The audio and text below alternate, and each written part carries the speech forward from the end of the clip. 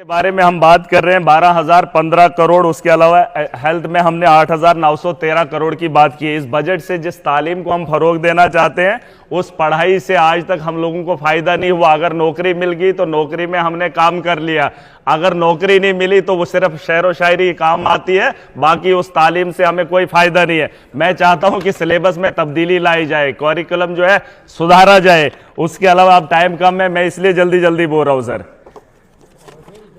हम चाहते हैं कि अपग्रेड स्कूल होने चाहिए। जो प्राइमरी है वो अभी तक प्राइमरी है, अपग्रेड करना बड़ा जरूरी है। गांव अब शहर में तब्दील हो गए, आबादी बहुत बड़ी है सर, उसके बारे में सोचा जाना चाहिए। 200 रुपए लेने के लिए एक बच्चे ने कल प्रेमनगर में एक आदमी के ऊपर चाकू चला दिया। उस तालीम से हमें यह फायदा हो रहा है कि नशा आम हो चुका है। जम्मू के अंदर 200 रुपया पाने के लिए प्रेमनगर में एक आदमी ने दूसरे नौजवान को चाकू मार दिया सर। उस पढ़े लिखे तालीम याफ्ता के बारे में जो एजुकेशन के हम बात कर रहे हैं, उसके बाद पढ़े लिखे नौजवान के बारे में हमने क्या सोचा है वो भी इस बजट में, इस ये जो पैसा भेजा गया है या एजुकेशन सिस्टम को बेहतर करने के लिए बनाया गया है उसके बारे में भी सोचा जाना चाहिए। उसके अलावा सर एनएचएम और एनआरएचएम डॉक्टर्स बैठने को तैयार नहीं है। जो पढ़ा लिखा काबिल डॉक्टर है वो बाहर जा रहा है, उसे गवर्नमेंट की सैलरी अच्छी नहीं लग रही है। हमारा जो वेल क्वालिफाइड है, जो वेल ट्रेंड है, बाहर से आया है और अपने क्लिनिक्स पे काम कर रहा है या बाकी जगहों पे धक्के खा रहा है। मैं चाहता हूं उन लोगों को जो है कॉन्ट्रैक्ट बेसिस पे उठाया जाना चाहिए, जिस तरीके से एनएचएम और एनआरएचएम जब से ये स्कीम आई है, जब से ये लोग आए हैं, हमारे पहाड़ी इलाकों में थोड़ी सी राहत हुई है। गुंदना के अंदर एक्सीडेंट हुआ, मैंने मैडम साहिबा को बोला, चिट्ठी लिखी, वहां पे एक्सीडेंट हुआ, रात 5 बजे का गालबन वाकया था, डॉक्टर वहां पे तैनात नहीं था। फिर जब हंगामा हुआ तो 15 लोगों के ऊपर एफआईआर लगाई गई। जब डॉक्टर वहां पर बैठते नहीं है तो एडमिनिस्ट्रेशन कार्रवाई करती है। जब लोग हंगामा करते हैं उनके खिलाफ तो लोगों के खिलाफ कार्रवाई होती है, डॉक्टर के खिलाफ नहीं। मैं बोलना चाहता हूं कि अगर वो वहां पर नहीं बैठेंगे तो उनके खिलाफ कार्रवाई कौन करेगा। मैंने मैडम को ऑलरेडी चिट्ठी लिखी है।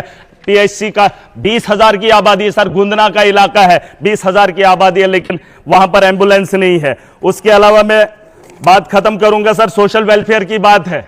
इन्होंने बड़े किस्से सुनाए बुजुर्गों के लिए, इन्होंने स्कीमें लाई, लेकिन 3-4 साल से मैं देख रहा हूं कि सिर्फ फार्म भरे जा रहे हैं, पेंशन नहीं आ रही है। और जो सर अपाहिज हैं, जिनके पैर कटे हैं, जिनके बाजू कटे हैं, उनको 2000 से गुजारा नहीं होगा, क्योंकि वो रोजमर्रा की जिंदगी में जी नहीं पाएंगे। उनके उसमें भी इजाफा होना चाहिए। बाकी सर मैं चाहूंगा कि बीजेपी को वक्त मिलता है, एनसी को वक्त मिलता है, कांग्रेस को मिलता है, मुझे भी वक्त का ख्याल किया जाए ताकि मैं भी वक्त पे बात करूं और जो आपका सेशन होगा उस सेशन में अपना भी योगदान दे।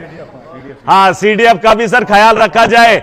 अभी हम इलाके में जाएंगे, आज हमसे प्लान ले लेंगे, हम 3 करोड़ का प्लान सर इनको बनाकर दे देंगे, है। तो अगर हम इलाके में किसी वारदात को देखते हैं, हमारे यहाँ घरों के घर जल गए, लेकिन ऑन स्पॉट हम अगर उनको रिलीफ नहीं दे पाएंगे तो हम किसके एमएलए हैं, हम कौन लोग हैं। हम चाहते हैं कि वक्त पर हम वहां पर जाएं और जिन लोगों को जरूरत होगी हम अपने फंड में से वक्ती तौर उनकी जो है इमदाद कर पाएं। लेकिन जिस तरह से यहां पर हमारे इकोनॉमिकल लोग बैठे हैं, यहां पर जो पॉलिसी मेकर्स हैं सर, और इसके अलावा मैं चाहता हूं कि डिस्ट्रिक्ट लेवल की पोस्टें जो है वहां पर जो है फरोग दिया जाना चाहिए। और जो पॉलिसी मेकर है उनको भी बताना चाहूंगा कि 3 करोड़ जो अपनी मर्जी से आप मनमानी कर रहे हैं, क्या हाउस के अंदर धांधली हो। हम आपस में भिड़े ब्यूरोक्रेट्स के साथ, आप पॉलिसी कम बनाइए। हम जमीन से जुड़े लोग हैं, हम जानते हैं हमने लोगों के लिए क्या करना है। चुनी हुई सरकार है, फैसला हम खुद करेंगे। और सैलरी तो बोला हम सब बंद सर, ये सैलरी के बारे में भी डिमांड है, एक रेजुलेशन है, जरूरी है।